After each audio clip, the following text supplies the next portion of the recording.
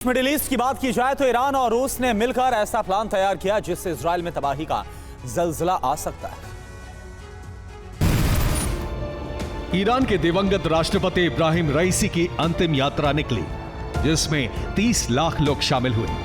68 देशों के नेता भी रईसी के अंतिम दर्शन के लिए पहुंचे थे, जिसमें ईरानी प्रॉक्सी गुटों के कमांडर भी शामिल थे।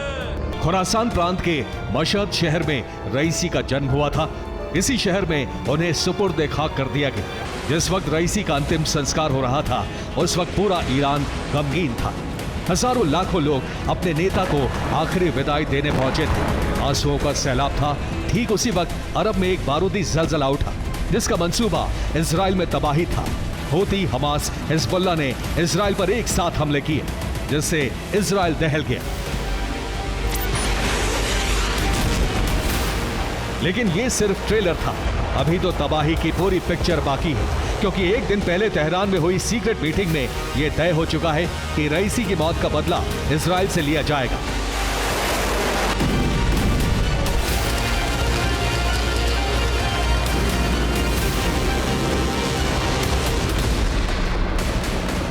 क्योंकि ईरानी प्रॉक्सी गुट इब्राहिम रईसी के हेलीकॉप्टर क्रैश को हादसा नहीं बल्कि षड्यंत्र मान रहे हैं और इसके लिए इजराइल को जिम्मेदार ठहरा रहे हैं।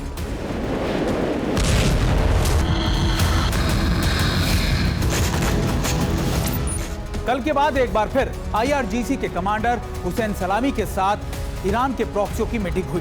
दरअसल कहा यह जा रहा है कि इस मीटिंग में यह तय किया गया कि आखिरकार इजराइल को किस तरीके से पूरी तरीके से तबाह कर दिया जाएगा। मीटिंग में तय हुआ कि रईसी के अंतिम संस्कार तक बड़ा हमला नहीं किया जाएगा। उसके बाद तबाही का ऐसा जलजला लाया जाएगा जिससे इजरायली फौज गाजा छोड़कर भागने लगे। जैसा मीटिंग में तय हुआ था वैसा ही हुआ। इजराइल पर पहला हमला कताइब हिजबुल्लाह ने इराक से किया। क्रूज मिसाइल दागकर इजराइल को दहला दिया। ये इराक में अमेरिकी सैन्य ठिकाने पर हमले का वीडियो है। ईरानी प्रॉक्सी मानते हैं कि अमेरिका की मदद से ही इजराइल गाजा में हमले कर रहा है।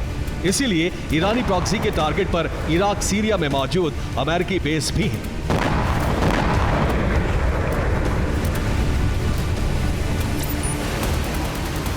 इसके अलावा इजरायली शहरों पर रॉकेट भी दागे गए। इस वीडियो में देखिए कैसे एक साथ कई रॉकेट हमले इजराइल में तबाही मचाने के लिए इराक से छोड़े गए।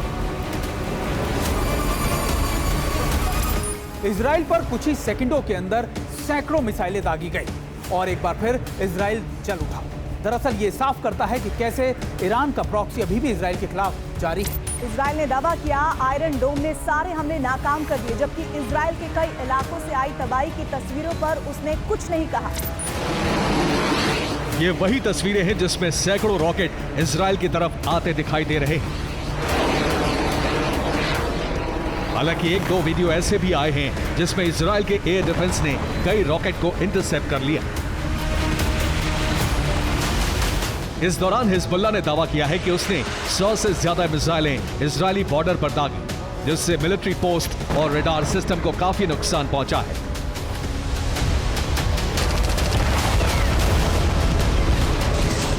जबकि हूती के हमलों को लेकर लाल सागर में टास्क फोर्स ने हाई अलर्ट जारी कर दिया है, क्योंकि हूती लगातार पश्चिमी देशों के जहाजों को निशाना बना रहा है।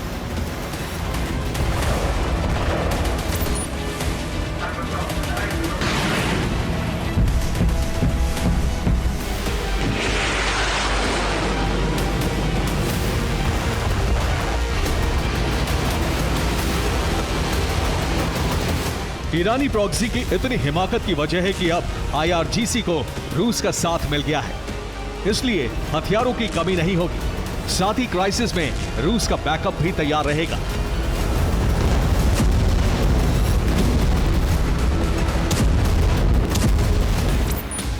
एक दिन पहले बहरीन के सुल्तान हमाद बिन ईसा मॉस्को पहुंच गए थे। वहां पुतिन से मुलाकात की और अरब में हो रहे खौफनाक हालात पर चर्चा की।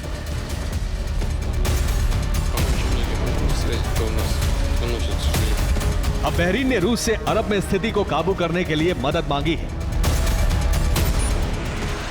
अब रूस पूरी तरह से अरब को कंट्रोल करने के लिए तैयार हो चुका है। जहां एक तरफ इस्लामिक मुल्कों से बातचीत कर रहा है, दूसरी तरफ ईरानी प्रॉक्सी को मजबूत कर रहा है। रूस ने अफ्रीका और सीरिया से वैगनर लड़ाके भी भेजे हैं, जिससे ईरानी प्रॉक्सी के लड़ाकों को ट्रेनिंग दी जा सके। इसके अलावा हमास लड़ाके भी राफा और दूसरे इलाकों में सुरंग से निकलकर आईडीएफ सैनिकों पर हमले कर रहे हैं।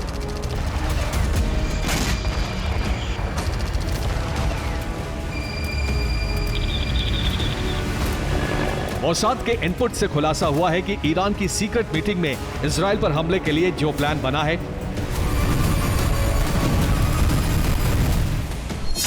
उसके मुताबिक ईरानी प्रॉक्सी अलग अलग जगहों पर एक साथ हमले करेंगे। दूसरी तरफ ईरान की तरफ से भी मिसाइल स्ट्राइक की जा सकती है, जबकि दूसरे देशों में ईरानी एजेंट इजरायली नागरिकों को भी निशाना बनाएंगे और इस काम में रूस पूरी मदद करता रहेगा।